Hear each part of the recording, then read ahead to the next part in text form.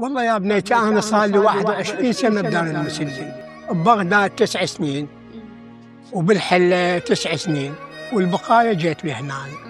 أنا لو عندي أحد ما أجي، ما ظل هنا، كنت أروح يعني، بس ما عندي أحد، ظليت هنا. وأنا بينما جواهري وهاي عشيرتي وهذا الجامع مالنا والهذا رادوا، بس أنا ما أقبل أصير ثقل على أحد أبد.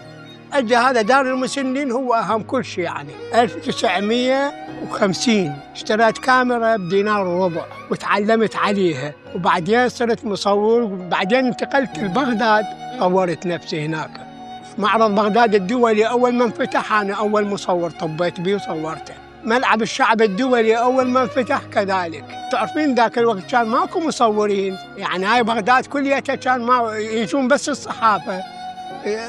أخذ لقطتين ثلاثة وخلوا راح. أنا أصير مقابلات، أصير هذا رأسا يجون علي أروح عليهم أقابل، يعني أصور بس وأسمع الحكي، أسمع الهاي. فهاي الثقافة كليتها العدي والعلم العدي كليته من قراءة بيت الله.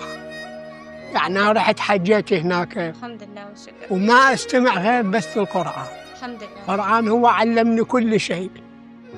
أنا لا أقرأ ولا أكتب.